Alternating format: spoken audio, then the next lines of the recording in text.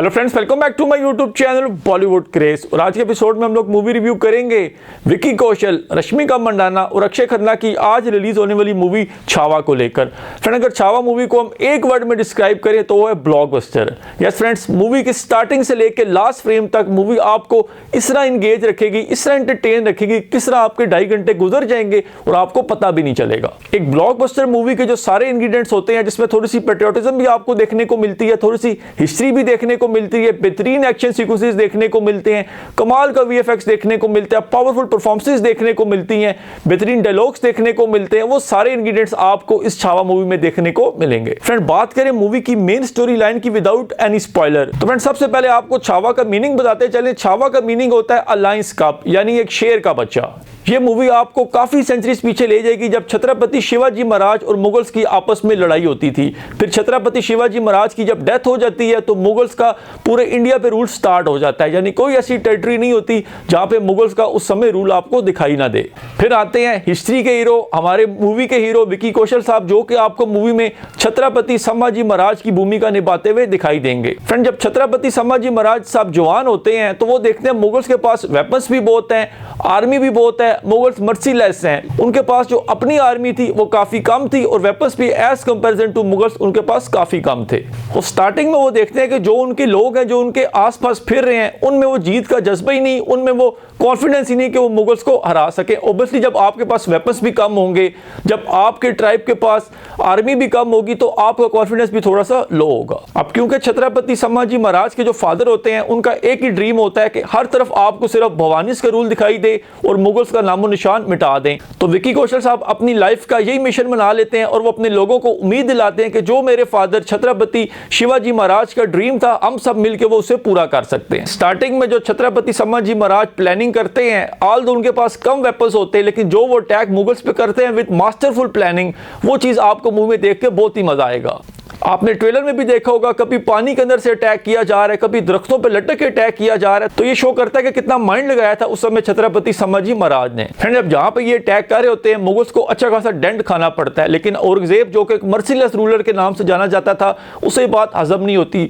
वो एक इतना ब्रूटल अटैक करता है भवानीस पे और छत्रपति संभाजी महाराज के सब लोगों पे कि सब कुछ हिल के रह जाता है। आप सब ने कहावत सुनी होगी कि दरिया के पानी को खून से लाल कर देना। मूवी में बिल्कुल जब मुगल्स अटैक करेंगे, आपको दरिया और नदी का पानी बिल्कुल खून से लाल होता हुआ दिखाई देगा। फिर औरंगजेब संभाजी महाराज को अपने पास पकड़ लेता है, उन्हें अपनी जेल में बंद कर देता है। वहीं पे आप लाइन का सीन भी देखेंगे, किस तरह लाइन को छोड़ा जाता है संभाजी महाराज पे और किस तरह वहां पे वो लाइन के अगेंस्ट भी लड़ते हैं। फ्रेंड, अब संभाजी महाराज औरंगजेब की जेल से बचते किस तरह हैं और मूवी के लास्ट में जो वार होती है उसके बाद एंडिंग कहां तक आपको देखने को मिलेगी, ये मैं आपको स्पॉइलर नहीं दूंगा, ये आपने खुद मूवी में देखना, वरना आपका मजा खराब हो जाएगा। फ्रेंड, अगर आपको हिस्ट्री का बिल्कुल कोई आइडिया नहीं, ना कुछ आपका इंटरेस्ट था, तो आपको मूवी आज और ज्यादा एंटरटेनिंग लगेगी, क्योंकि जो हिस्ट्री को थोड़ा सा जानते हैं उन्हें समझ आ जाती है कि यार अब नेक्स्ट सीन क्या होगा, उस हिस्ट्री की बुक में इस तरह लिखा था, अब ऐसे होगा। लेकिन जिन्हें को हिस्ट्री का बिल्कुल कुछ नहीं पता, उनके लिए मूवी ज्यादा एंटरटेनिंग हो जाएगी। एंड बात करें परफॉर्मेंसेस की, तो विकी कौशल साहब की जो परफॉर्मेंस है वो अवार्ड विनिंग परफॉर्मेंस है। 3 डिफरेंट अवतार्स उनके आपको मूवी में देखने को मिलेंगे, 3 डिफरेंट एक्सप्रेशन उनकी आई से आपको सिर्फ देखने को मिलेंगे।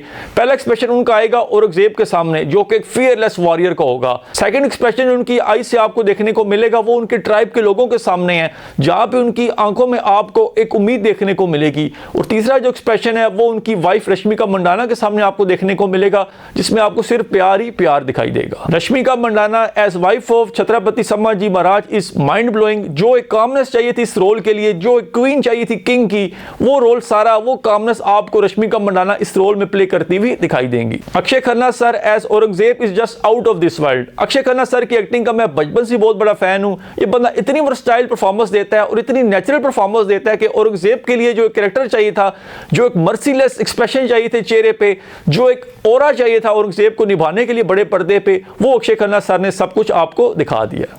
लास्ट में बात करेंगे the man, the myth, the legend, the A R Rahman sir, जिनका म्यूजिक इतना ही बढ़िया आपको देखने को मिलेगा इस मूवी में। बीजीएम एलिवेशन सीन्स पे अलग लेवल के हो गए थे इस मूवी के। फ्रेंड, लास्ट में मैं एक स्पेशल एप्रिसिएशन देना चाहूंगा मूवी के डायरेक्टर लक्ष्मण जी को। लक्ष्मण जी नॉर्मली हमने देखा है एक रोम कॉम मूवीज बनाते हैं, जो उनका फेवरेट जॉनरा आज तक माना जाता था।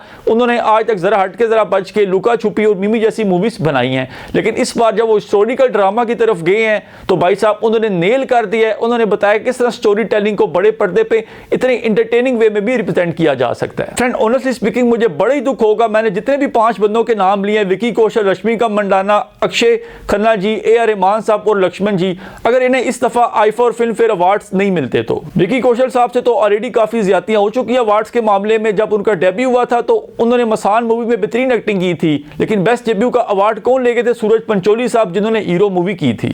फ्रेंड बात करें आज ये मूवी बॉक्स ऑफिस पे डे 1 कितना कलेक्शन कर सकती है, तो मुझे ऐसा लगता है बॉक्स ऑफिस पे आज ये मूवी आराम से 45 करोड़ से ज्यादा की कलेक्शन करेगी, और माइट भी पॉसिबल कि अगर इसके नाइट के शोज बढ़िया उठ के तो डे 1 50 करोड़ से ज्यादा भी आ सकता है। तो फ्रेंड बॉलीवुड केस की तरफ से छावा मूवी को well deserve 4 stars out of 5 हम आपको रिकमेंड करेंगे कि प्लीज अपने पूरे फैमिली के साथ ये मूवी जाके थिएटर्स में जरूर देखें। Thanks for watching.